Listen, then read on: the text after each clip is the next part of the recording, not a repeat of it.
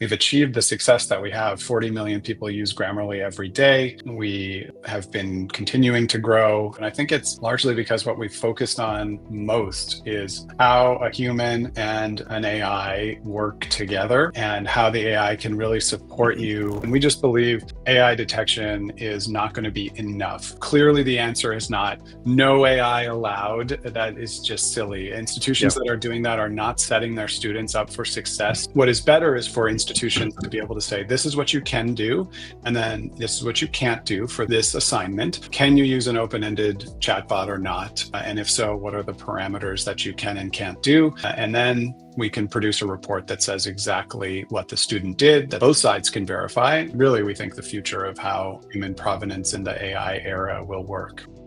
Building multi-agent software is hard. Agent-to-agent and agent-to-tool communication is still the Wild West. How do you achieve accuracy and consistency in non-deterministic agentic apps? That's where agency comes in. AGNTCY. The agency is an open source collective building the Internet of Agents. And what's the Internet of Agents? It's a collaboration layer where AI agents can communicate, discover each other, and work across frameworks. For developers, this means standardized agent discovery tools, seamless protocols for interagent communication, and modular components to compose and scale multi-agent workflows. Build with other engineers who care about high-quality multi-agent software. Visit agency.org and add your support. That's agntcy.org. Hi, this week I talked to Luke Behnke, Vice President of Enterprise Product at Grammarly. I first heard of Grammarly at an AI conference 6 or 7 years ago. And I remember thinking that product will never fly because Microsoft Word has all of the same features, or so I thought. Since then, I've seen the company grow, much to my surprise. And finally, talking to Luke, I realized that it does much more than what I initially envisioned. I've since gotten a Grammarly account, and I'm a writer, and I'm frankly surprised at how many times Grammarly catches things in my writing that need improvement. Since our conversation, Grammarly has announced its intent to acquire Superhuman, the AI native email app, and that takes it a step toward becoming a full-fledged AI productivity suite. Combined with their recent acquisition of Coda, they're knitting together an AI-powered workflow across documents, meetings, email. So stick around to hear Luke's vision for making Grammarly a collaborative workspace supercharged by AI. I hope you enjoy the conversation as much as I did. So yeah, I'm Luke Behnke. Thanks for having me on today. I lead our enterprise product team at Grammarly. We've been moving the Grammarly product that people know and love now for 15 years into the enterprise over the last few years. We've had a lot of success, selling our advanced AI capabilities for customizing your style rules and brand tones and the way that you communicate with customers, helping English as an additional language, sort of customers that are working directly, in maybe a customer support use case, helping them all communicate more effectively. And we've had a lot of success moving Grammarly into the enterprise. And I've been lucky enough for the last 14 months or so here at Grammarly to lead that effort from the product side. And now we're in the midst of another big set of changes, which we're going to talk about today. That has been really fun to be at the forefront of. Prior to that, I have led product at a number of different companies, particularly a long stretch at Zendesk in the customer support space. And we were, using previous gen AI at that time, previous generation AI, kind of machine learning, NLP agents that, maybe if we were lucky back then, they were solving 10% of customer support issues, and it's just amazing what's happening in that space. And Grammarly is a part of that, given that we do sell to a lot of customer support teams to help them better communicate with customers. So it's been kind of fun to see how all of this tech has evolved over the last few years. Yeah. Can you sort of back up and give us a bit of the evolution? I first became aware of Grammarly at an AI conference, must have been in 2017 or 18. And I was surprised. I hadn't heard of the company. I know that you've been around for a bit already at that point. At that point, my understanding, it was really targeting students or individual users. And I remember, and I'm sure you've heard this, I said this to you when we spoke earlier, that my initial reaction was, doesn't autocomplete and, all those things built into Microsoft Word already do that? And here we are, 10 years or nearly 10 years later, and you guys are a massive company. And I'd love to know how you got started, what the initial vision was.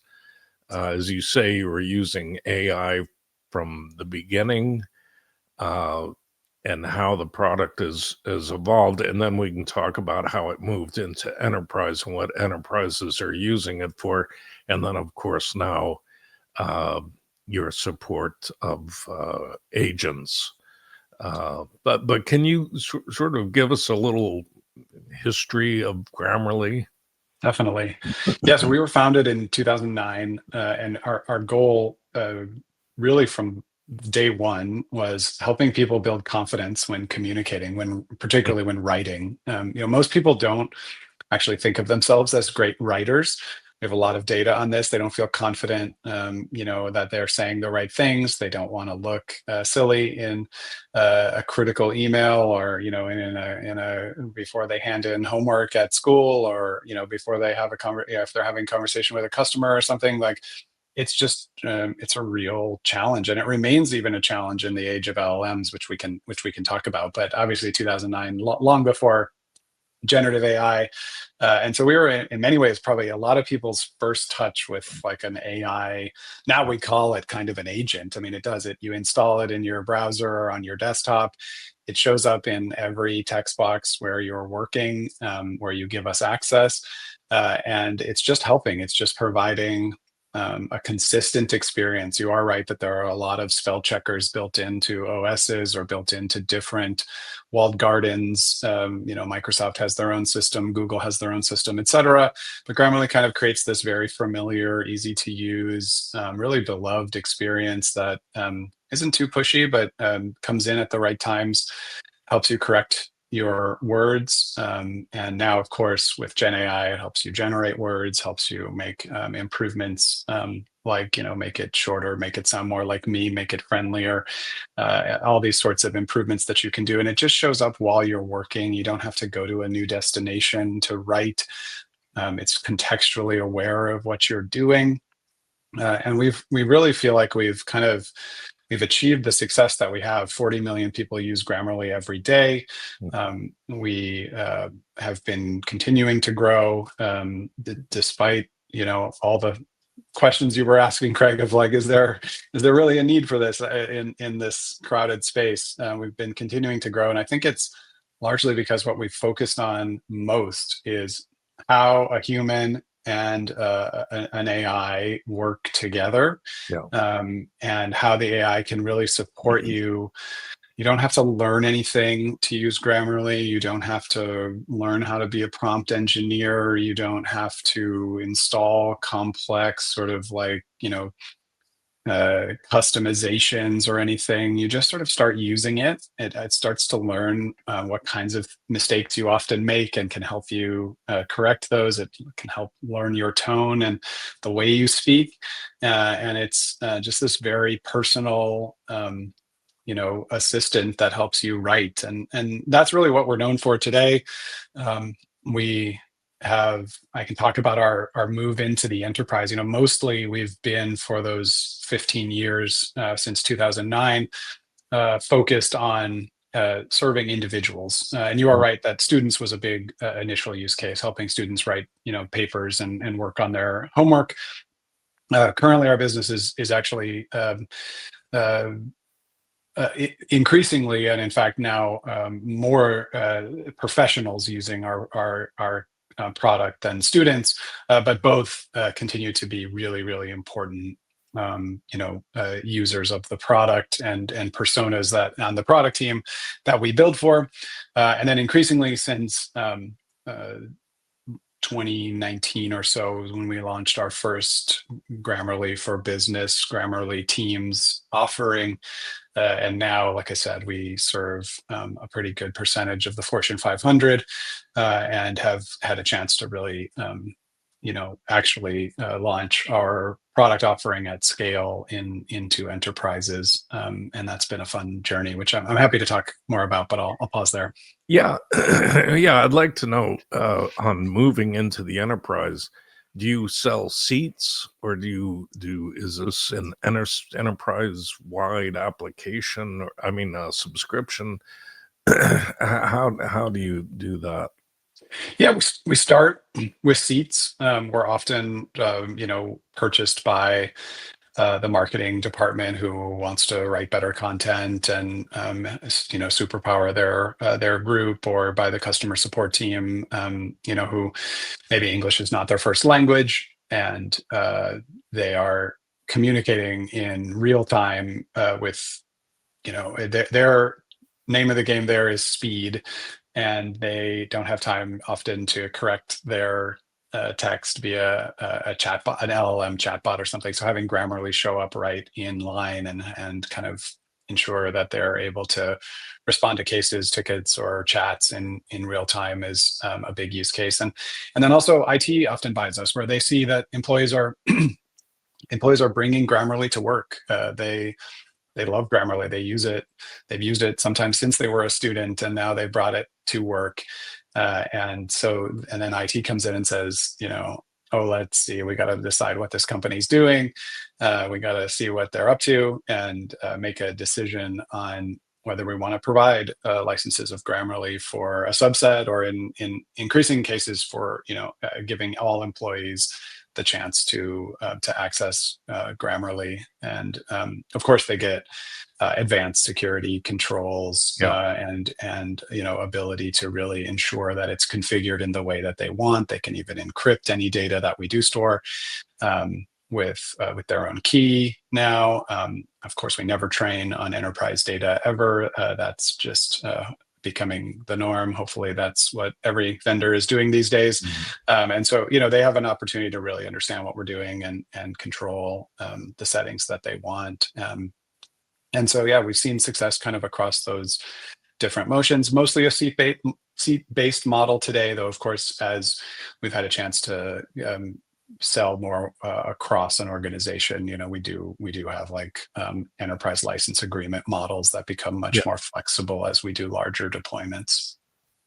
Yeah, and I guess because the natural question is, how do you compete with Copilot, for example, which is alive on the browser or in Microsoft Word? First of all, I can see the value, particularly for non-native speakers of a language, or people who are not just cannot handle language well. For whatever reason, it's wonderful to be able to send something in absolutely correct language and have confidence in it. But again, the various assistants that are integrated into many platforms do something similar. Is it that Grammarly is following the keystrokes, so you're not leaving your sentence to click on an assistant? What do you see as the reason Grammarly has been able to survive? Yeah, I think a couple reasons. Definitely the fact that we are working where you're working in any application. It's not just going to work in one suite of tools. Our goal is not to just sell you our core productivity tools that we make, and AI is an add-on to that. And then once you leave that tool, it doesn't work, or it Yeah. isn't supported, right?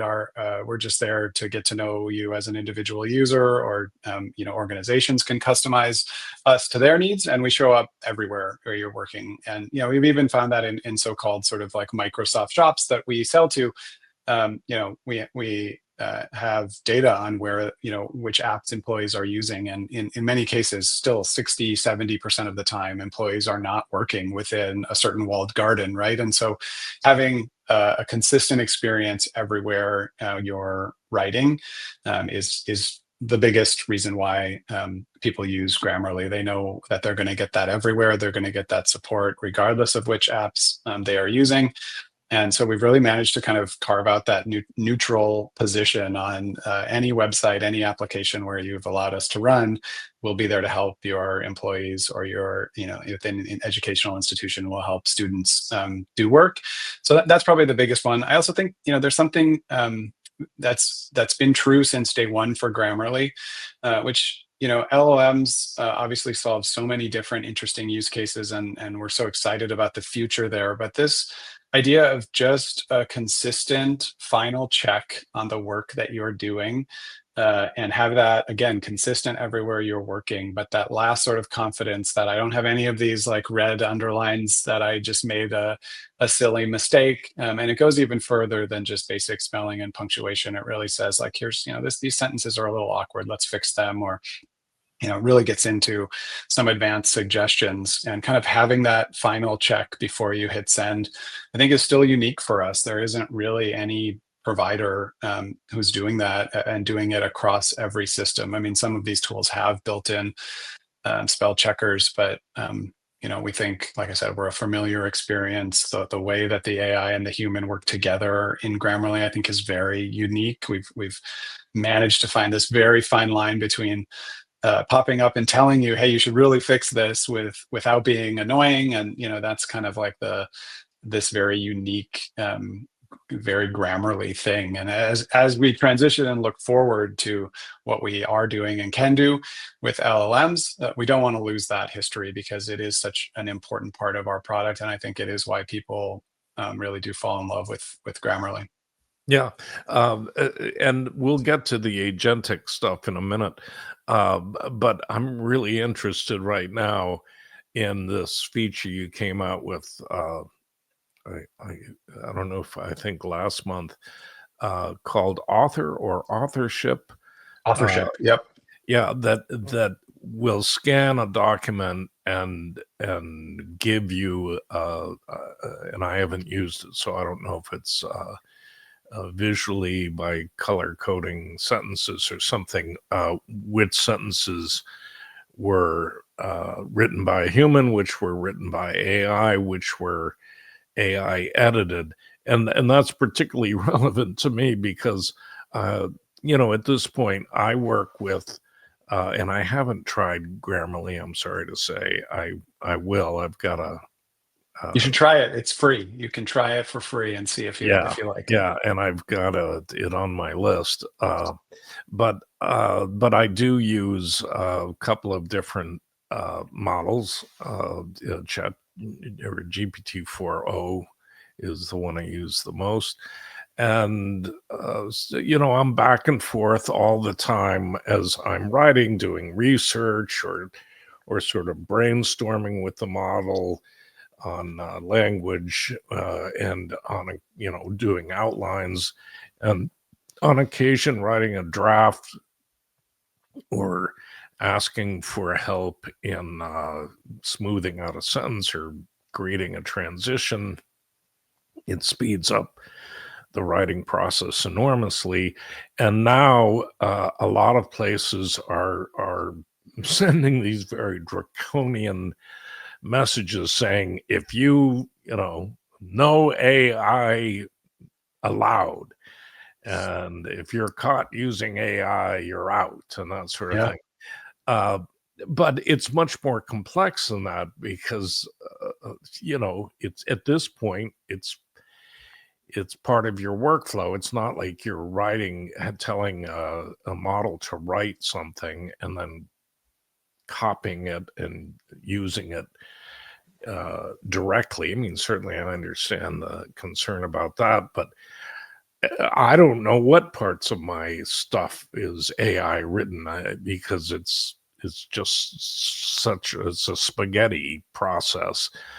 So how does authorship work? Yeah, great question. So you're exactly right that as these LLM tools become more prevalent, it is becoming less clear what is mine, what was written with or by, and then improved by me. And we have seen, obviously, a rise of a lot of these AI detection tools, which basically are trained on patterns that typically come out of an LLM tool, and they can detect, whether it's likely that this text was generated by AI. And we believe those tools are definitely useful. We offer an AI detection tool for students to pre-check their work before they turn it in. But to your point, this is very problematic for universities, particularly where students have been, accused of cheating, and even maybe perhaps been expelled from the school over allegations of cheating. And there's a lot of gray area there on I Yeah. didn't know what was allowed, what wasn't allowed. Actually, I didn't use AI and this was falsely flagged, which definitely can happen with AI detection.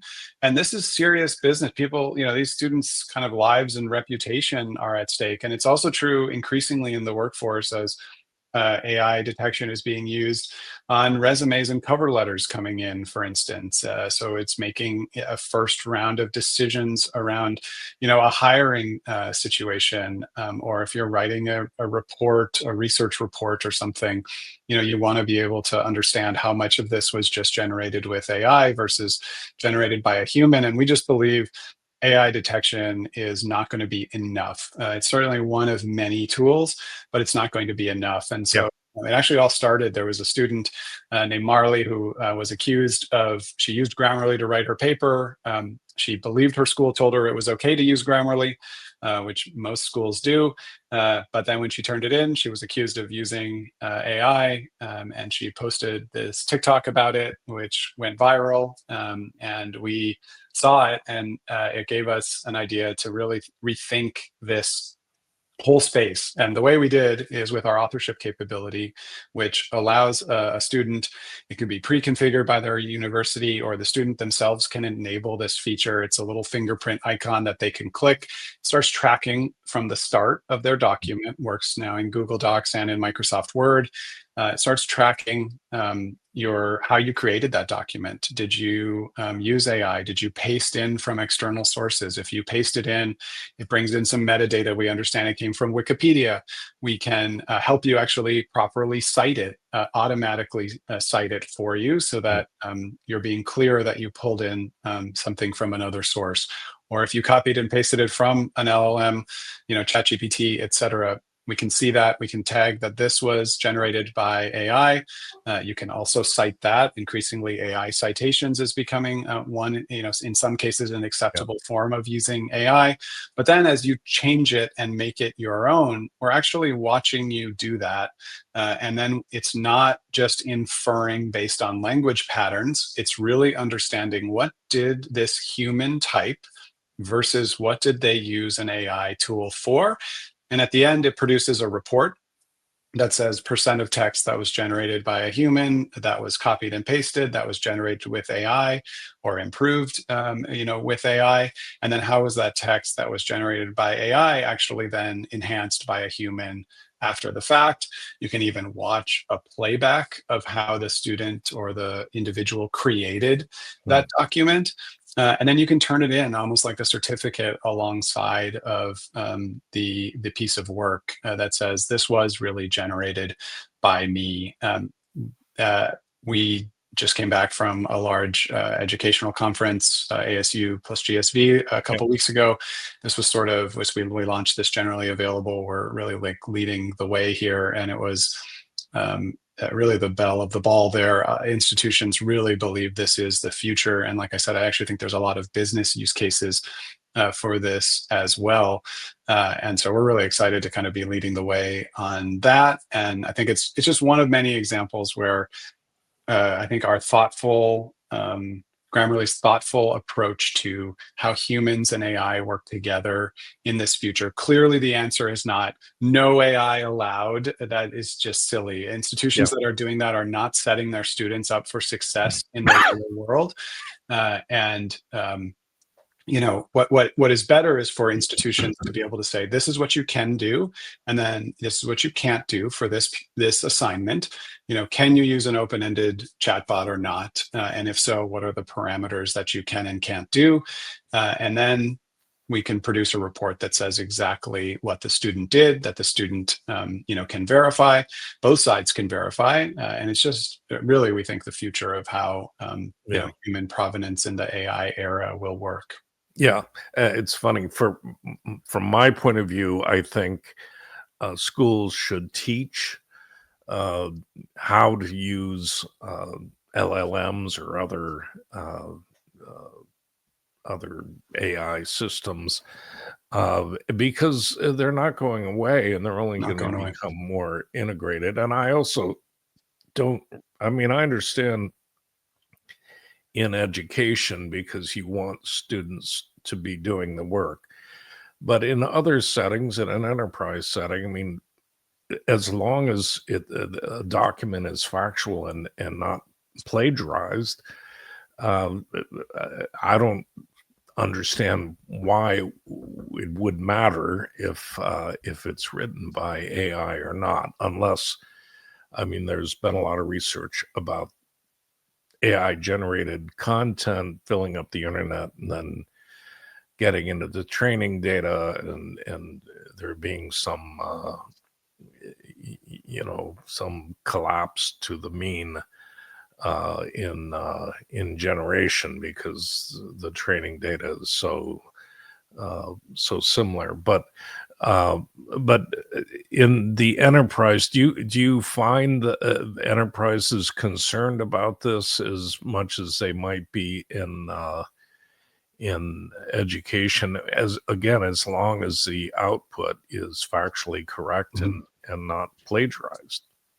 Yeah, I think the incentives are better aligned in the enterprise where, you know, whatever tool gets the job done, productivity is the goal, right? And we're going to talk about agents and all of that. But there is a really critical thing that you said there, which actually I loved this. We had a customer advisory board with a number of our biggest customers, and we had someone from a large higher ed institution who said that they actually get a lot of businesses, you know, they do a lot of, they're a feeder school for many of the big employers in the area. And they have increasingly had those employers say the most important thing that they want when they're hiring someone out of this institute, out of this university, is who are your best users of AI? And he was laughing and he said, we call those cheaters. Like, you know, this is who you want to hire. Our job is to produce people who are AI fluent, theoretically AI fluent, so they can get these jobs, and yet we're actually labeling a lot of these people as cheaters. And I think this is a huge problem, and one where I think Grammarly has a really critical role to play in bridging that gap from students to professionals. But then once you're in the professional landscape, you are, you know, increasingly being performance reviewed on your use of AI, right? Toby from Shopify and a number of other companies have followed suit on this. Is going to be a critical part of how you're evaluated as an employee. You know, you're going to be managing agents. You're going to be, you know, using this technology day in and day out, and it's going to be expected of you that you are fluent. And we are not doing a good enough job training people, even within organizations. I think we have a bigger burden to think about this like a learning and development situation, and to put the same amount of care that we would into onboarding new employees or teaching them how to use certain systems or helping them understand our security and privacy policies, helping them become AI fluent, especially in this transition period that we're in, is just so important. And I think Grammarly has a really important role to play, again, with that thoughtful AI human interaction, how we can bring some of this AI to the masses instead of it being this hard to use tool that we're in this like early stage where we've all been given all of these raw materials, really,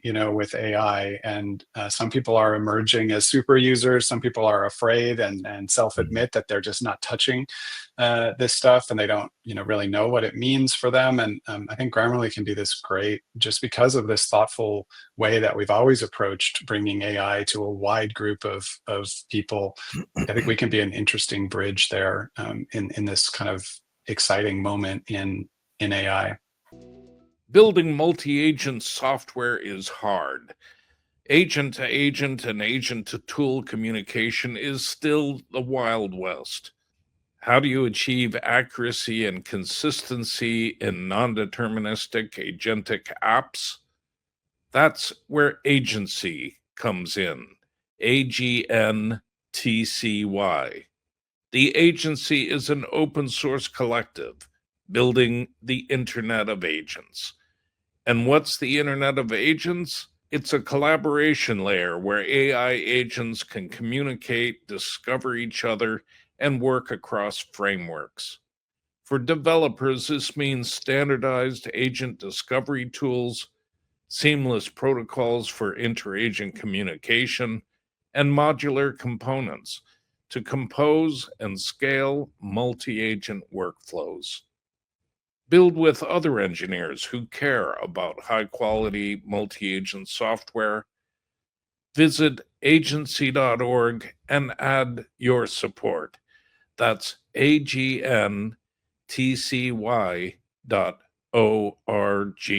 Tell me how the agents are being integrated into Grammarly, or agent management or agent creation, or what are you guys doing there?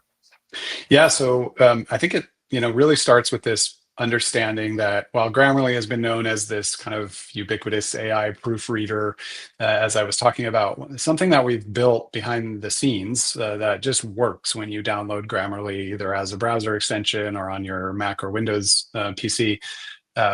Like, we've built this incredible, what we call the AI superhighway. Grammarly, our proofreader agent, we think of as like the OG, the original agent, AI agent for many people.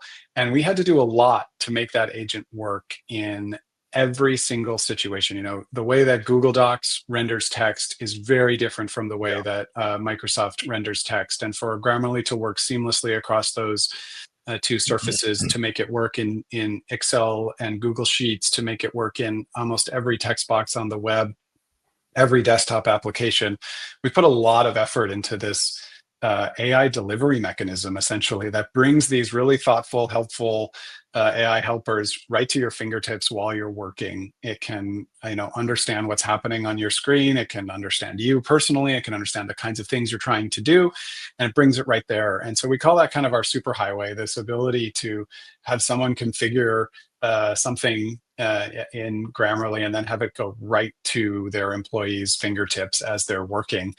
And we kind of laugh at, we've been driving one car down that highway so far. This is our little spell checker proofreader agent who comes down and tells you, hey, you should fix this sentence. It doesn't make sense, or this word spelled wrong. And we actually believe that there's an opportunity for us to have a lot more agents drive on that superhighway. Those agents will be configurable by the end user or by the organization. I can give you some examples of what we're thinking about for these agents, but to really allow the end user to bring in more of these agents. They're powered by the knowledge they've given it access to. Of course, knowledge becomes such an important part, just as it does with any human doing work. You have to understand, what's the knowledge that this agent has access to? What are the skills that this agent can do? And then, have I been clear about the instructions for this agent? And so when we really put together kind of knowledge, skills, instructions, and then bring those agents directly into where employees are working, I think there's some really interesting opportunities. To one, for instance, that we've been thinking of is, let's say you have your CRM system of choice. Something that we do often is, you want to understand. I'm about to go meet with a customer. What's the latest? What's happening here? And we have this really cool tech that we've built at Grammarly that we call Knowledge Share, which actually highlights an acronym on your screen and defines that acronym for your organization. Historically, you had to set that up. You had to give us a list of all your acronyms. You had to give us definitions of all those acronyms and keep those up to date.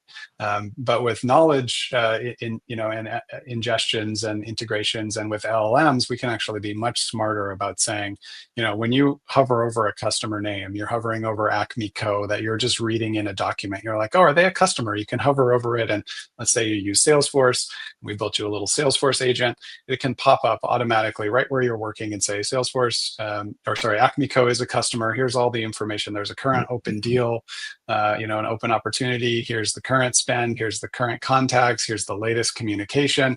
You can just bring that context directly, to your employees. Of course, it could go much further than that in terms of the ability to actually orchestrate all of the things we do every day around managing our meetings and agendas, managing our calendars, and setting up time with other people, taking notes, writing documents, sharing documents. Obviously there's a million things that we do where we're tab switching, we're copy and pasting, we're bringing things from one to another. We're trying to get all of these different systems, the 400 plus apps that an average IT organization rolls out today. We're trying to get these things to all work together.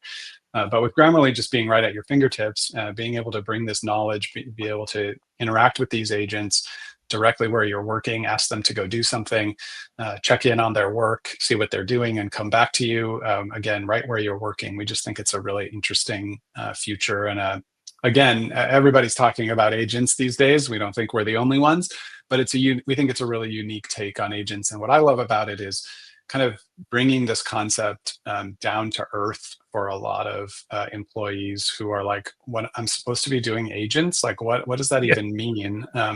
But we really think of this agent store where you'll be able to go and pick all the ones that are relevant to you. They'll be contextually aware. You're working in a CRM. You have specific agents that show up for you when you're in your CRM versus you're in your employee or applicant tracking system and you're writing a set of feedback. Well, we can bring in a lot of context and do a bunch for you automatically around the interview process, for instance. And this kind of context knowledge and skills that you can then really just build or use out of the box, these really easy to use agents, we think is really interesting. And will that be a separate platform? I mean, if you're writing in a document and you remember, oh yeah, I have to email Joe that reminder or this information, is it available right there that, you block a couple of sentences and click send this to Joe, or do you build your agents on a side panel? And then, I mean, how does it work? Yeah. The way we see it working is like that Grammarly, the proofreader, would become one of many of these agents. And in that case, you might have your email system connected. You can ask questions of it like, hey, do I have a bunch of emails I need to respond to? And you can do that anywhere. You can start to type them. Or if you're working, like you said, in a document and you're like, oh, I really need to send this over to Joe, you can select it and say, send this over to Joe, for instance. And here's, I can actually compose the text and hit send. And then the agent goes off and actually communicates with your email system and sends it. So that's exactly the idea, is that these little agents for different systems that you use can kind of be invoked from anywhere. Just like today with Grammarly, you can bring up kind of your writing assistant anywhere you're working. You'll just be able to do a lot more than just a writing assistant. Yeah. And again, you mentioned an agent store. is that on a different website, or does Grammarly generate a panel on whatever application you're working in to give you a list of relevant agents, or how do you do that? Yeah, but we're working on it all as we speak, so it's still a little Yeah, bit in flight. But yeah, the idea would be that you'd just be able to, sort of click a little button that says "Add some agents here" and go and search for them. I'm sure we'll also have, a website, a store where you can actually go and install as well.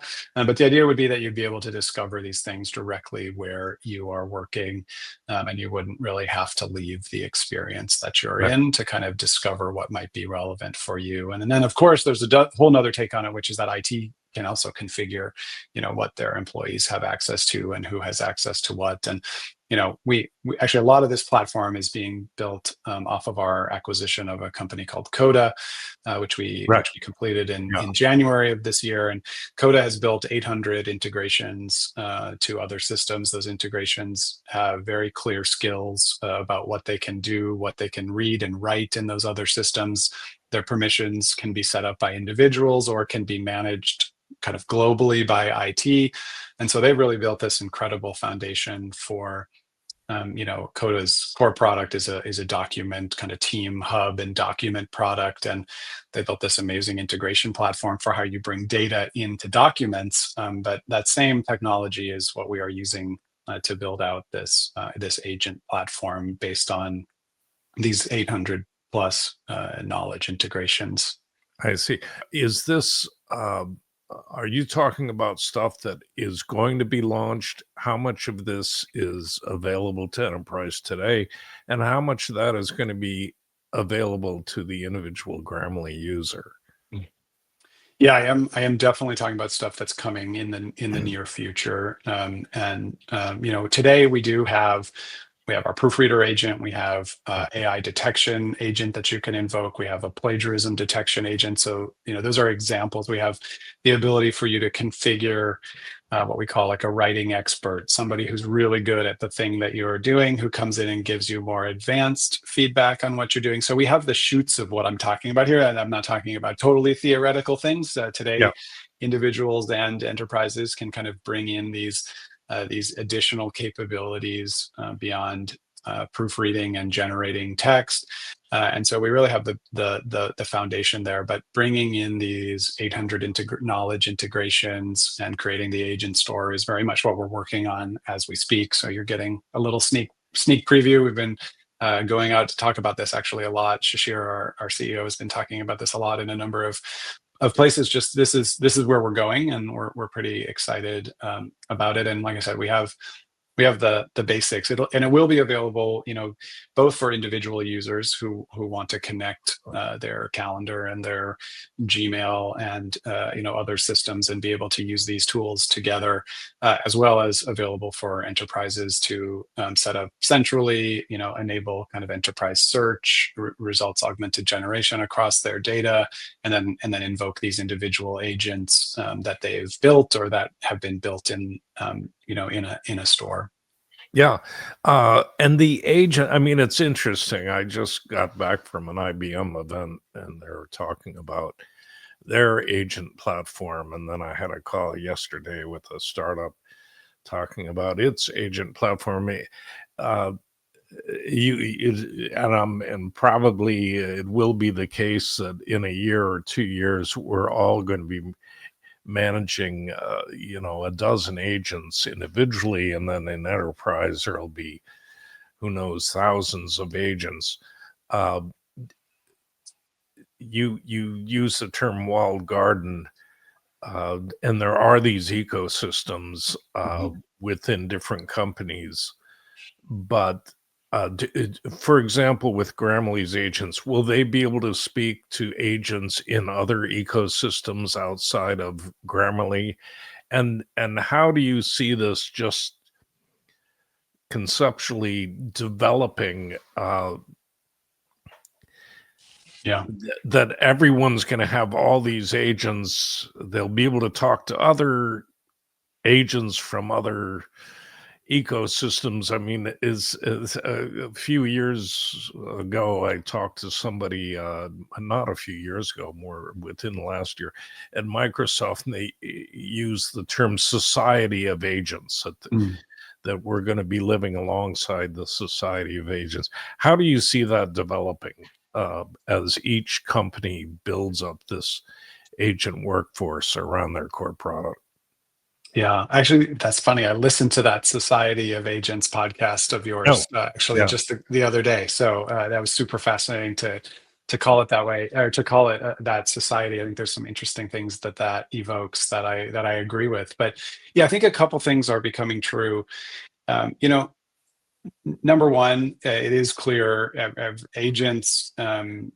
As of I think that the command line interface for AI is and was kind of an amazing first view of what these truly like magical tools could do. I think we all remember the first time we in November 2022 we went to a text box and we started asking it questions, and the things that came out were pretty amazing. And Yeah. that was an amazing way to kind of get this technology into people's hands. But what I think we all see is that agents being more practical use cases for AI that are more contextual, that don't require to be prompted. Like I said, they have knowledge, they have skills, they have instructions, and they can then kind of go off and do a bunch of things instead of being, here I am, I'm waiting for you to ask me to do something, and then you better give me, sort of more and more instructions as I go. Clearly, we're getting to a place where we're seeing that agents are the future of the way that we're going to interact with a lot of these AI models. I don't think I'm saying anything too new there, but what I will say, I don't believe there'll be one winner take all in agents, just as there wasn't one winner take all in mobile or in SaaS or in cloud. There will be different agents for different jobs, no doubt. Grammarly's place, we really feel, is these very practical productivity use cases and writing assistance use cases. But that doesn't mean we're going to get into the every single agentic use case in the world. Maybe, I guess never say never, but I think there'll be a lot of these systems. And so we've been watching closely what's happening with MCP, Model Yeah. Context Protocol, and Google's A2A, agent to agent protocols. There's a lot emerging there. It's very early days. You have to set up these servers. You have to provide it a URL that sort of has godlike access to whatever data's on the other side of that. We're very much in the early days there. I think Grammarly could provide either an interface to those protocols, or maybe an improvement if we can help you get authentication and permissions more clearly defined between all of these systems. Perhaps we could be even an improvement over some of these protocols. We may also be jumping on some of these protocols as they emerge. It's very exciting just to sort of see what's happening there. But I think, to answer your question, I think you are right that these Grammarly agents will be able to talk to other systems. They'll be able to interact in certain ways. Eventually, I definitely believe we will be kind of managing many of these independent agents. It's going to be very, very important. I think something that is not being talked about enough is how you inspect what these agents are really going to be doing. Just like an employee, you check in regularly. You understand, are you blocked? Did something happen?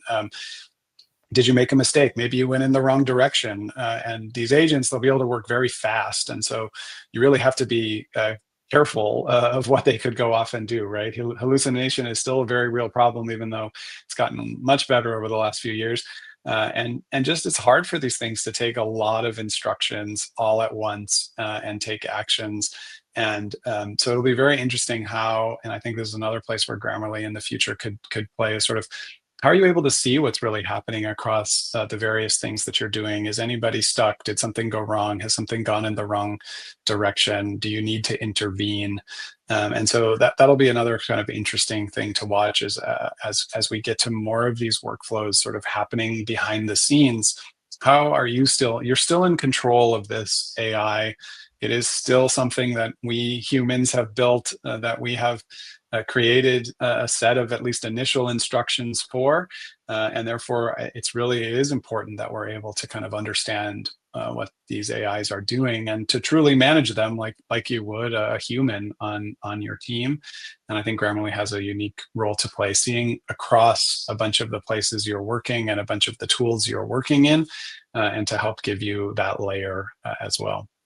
Do you work with companies like Microsoft who have their own agent, Copilot built into their products?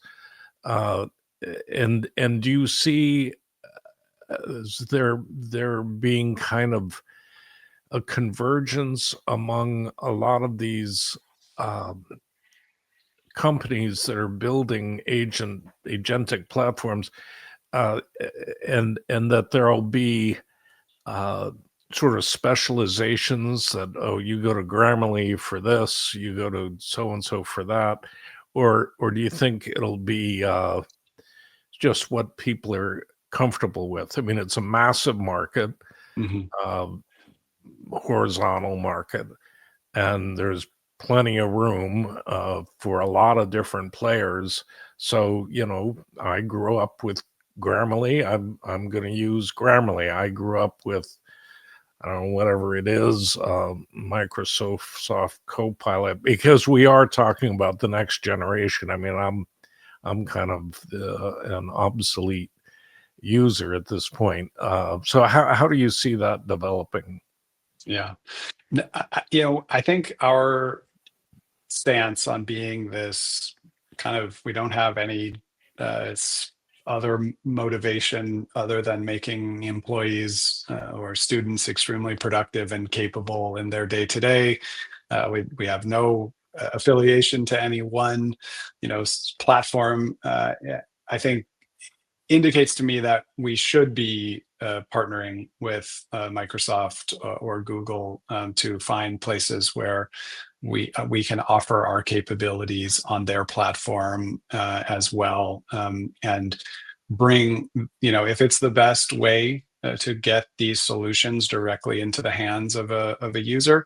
Like, as you said, clearly there may be organizations who decide to go all in on one ecosystem.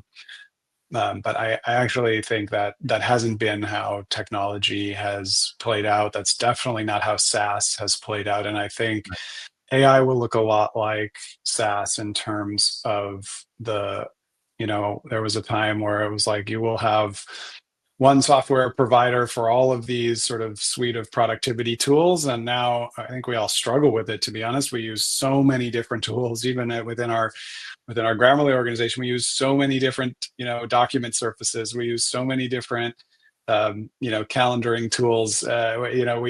We've had to take a little bit of control of it, but yet it's just how it works. People choose the best tool for the job.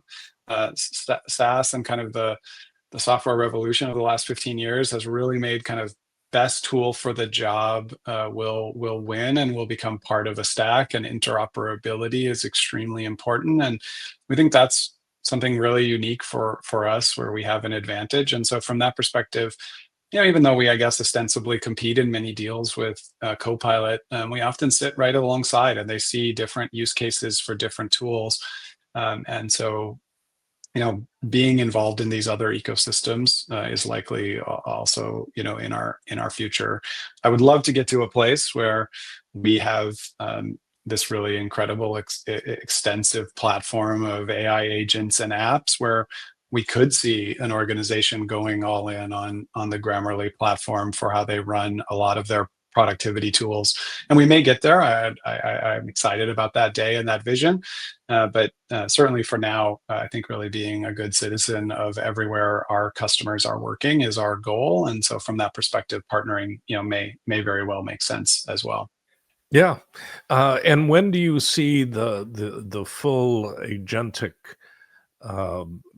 product line hitting the market? Is this something that's weeks away or months away?